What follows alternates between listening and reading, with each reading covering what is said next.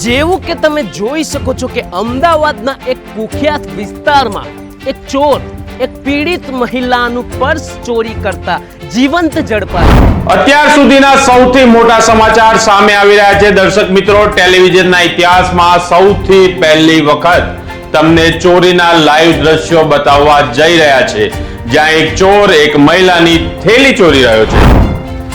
આપણી સાથે સંવાદદાતા મયુર જોડાઈ ગયા છે. મયુર, શું માહિતી મળી રહી છે અને શું કહેવા માંગો છો? જી તો હું અને કેમેરામેન અમે બંને સતત આ રોડની તહેકીકાત કરી રહ્યા હતા.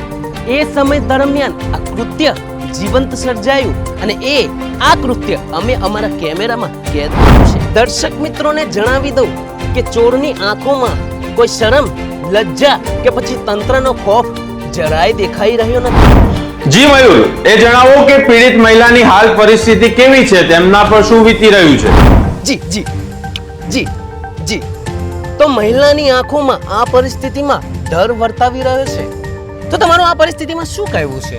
હું તો શાક લેવા નીકળી હતી, આ ભાઈ આઈને થેલી ખેંચવા લાગ્યા. દર્શક મિત્રોને તમે જણાવશો કે થેલીમાં કેટલી ધનરાશિ હતી? ધનરાશિ કઈ નથી. 2 કિલો બટાકા, 1 કિલો ડુંગળી અને 500 ગ્રામ ખાલી લસણ હતું. લસણ? ઇનફ. શું ખાદ્ય ખોરાકની ચોરી કરવી એ આ દેશમાં ગુનો છે? શું કોઈ વ્યક્તિ પોતાની ભૂખ સંતોષે તો એને આપણે ચોર કહી શકીએ? શું કોઈ વ્યક્તિ ખાદ્ય ખોરાકની ચોરી કરે તો એને આપણે ગુનાહિત પ્રવૃત્તિ કહી શકીએ કે ના કહી શકીએ? જનતા પાસેથી હું જવાબ માંગુ છું. મયુર, સાંભળી રહ્યા છો? જી. સંવાદદાતા મયુરને કહીશ કે આરોપી તરફ કેમેરો ફેરવે અને તેને આ પ્રશ્ન કરે. જી જી જી. ચોરભાઈ, તમારું શું કહેવું છે આ પરિસ્થિતિ ઉપર? જો ભઈલા, મને કઈ ખબર નથી કે આ થેલીમાં શાક ને બધું છે, નહીં તો હું ચોરી ના કરત. અને જો ભઈલા, તને કહી દઉં, મારે કઈ ઘરે ખાધે ખોટ નહીં, આ તો હું મારા શોખ માટે કરું છું. શોખ ખાતર ચોરી? નેશન વોન્ટ્સ ટુ નો એટલે દેશની જનતાને હું અહીં જણાવવા માંગીશ કે પોતાના અંગત શોખ ખાતર ચોરી જેવી ગુનાહિત પ્રવૃત્તિ એ આપણા દેશમાં અપરાધ છે.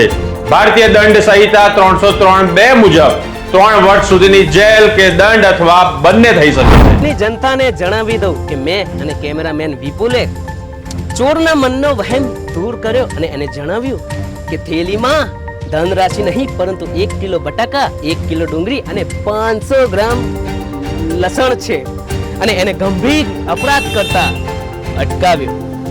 કેમેરામેન સ્વિમિંગ પૂલ વિપુલ સાથે હું છું મયુર. જય હિન્દ, વંદે માતરમ. જા વૈલા જા, બચી ગયો તું. આ જા ભાગ. બેન, તમને અંદરથી એવું થઈ રહ્યું છે કે આમ ચક્કર આવી રહ્યા હોય, સુગર લેવલ ઘટી ગયો હોય, તો ચલો હું તમને જ્યુસ પીવડાવું. ગલ્લો આગળ જ છે. અરે જ્યુસ નહીં પીવડાવી શકો. કેમ ભાઈ? અરે પેલો વોલેટ લઈને જતો રહ્યો છે. વોલેટ લઈને જતો રહ્યો? કોણ, મારો? હા. તો તું શું કરતો તો? કઈ વાંધો નહીં, મારો ફોન પે છે, આપણે ફોન પે થી કરી દઈશું. અરે ફોન પે નહીં થાય. કેમ ફોન પે નહીં થાય? એટલે ફોને લઈને જતો રહ્યો છે ને. ફોન લઈને જતો રહ્યો તો હું કરતો તો હું? મને નથી ખબર, તો તને તો ખબર હતી ને. કઈ વાંધો નહીં, મારી જોડે સોનાની ચેન છે તો હું બેન માટે. અરે એ તો સૌથી પહેલી લઈને જતો રહ્યો છે. સૌથી પહેલી સોનાની ચેન લઈને જતો? હા. તો તું શું ઝાક મારતો તો અહીંયા બેઠા બેઠા? અરે મારું કામ તો કેમેરામાં કેદ કરવાનું છે બધી ઘટના. આ બધું થોડી છે. હું તાને કેદ કરી દઈશ. બધું જતું.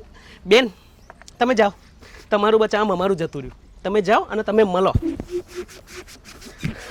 મળ તું સ્ટુડિયોએ. કમ્પ્લેન કરું, નોકરી થઈ જાઉં તારી. ઘેર જતો રે, હેર તો ઘેર જતો રે, મારી બાઈક ઉપર નહીં. वो ऐसी चेहरे टोनी है, तू बजा